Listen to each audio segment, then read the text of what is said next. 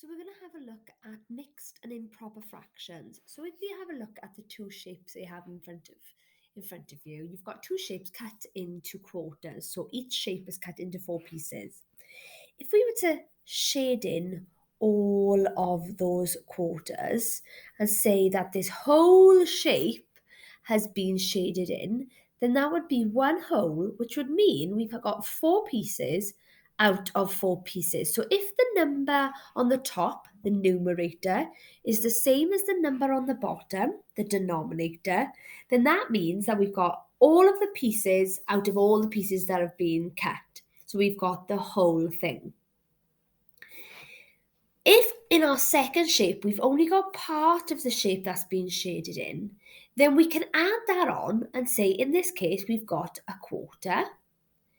So our mixed fractions would be we have one whole one and a quarter of our second piece. If we are looking at an improper fraction, then we count how many pieces we have cut up all together and we put that on the top. So that's 5 pieces out of, and then we count how many pieces each one has been cut up into. So each one is cut up into 4 pieces, so that's what goes on the bottom. Okay, so if we just look at the improper fraction, we can see that the number on the top is bigger than the number on the bottom. Now that's because we've got a whole one. So one whole piece, one whole circle has been shaded in, which means that's 4 pieces plus an extra one. So we can actually work this backwards and say, well, if we've got a number that's bigger than the bottom number, then how many makes it a whole? That would be 4. That makes it one whole. If we've got 5 take away 4, that leaves us with 1. That's 1 quarter. So let's have a look at some of these in just number form.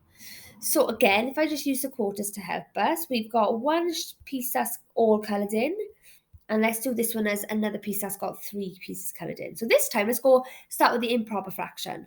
So we've got 4, 5, 6, 7 pieces coloured in, out of each one is cut up into 4 pieces, which means if I'm looking for my improper fraction, I know I've got at least one whole because 7 is bigger than 4.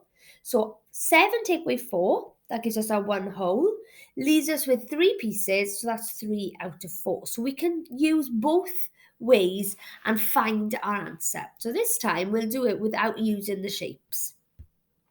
So if we had the number, let's just get rid of those, the number 7 out of 5, then we know we must have at least one whole, so we've got a whole piece. And then how much is left over from that 7?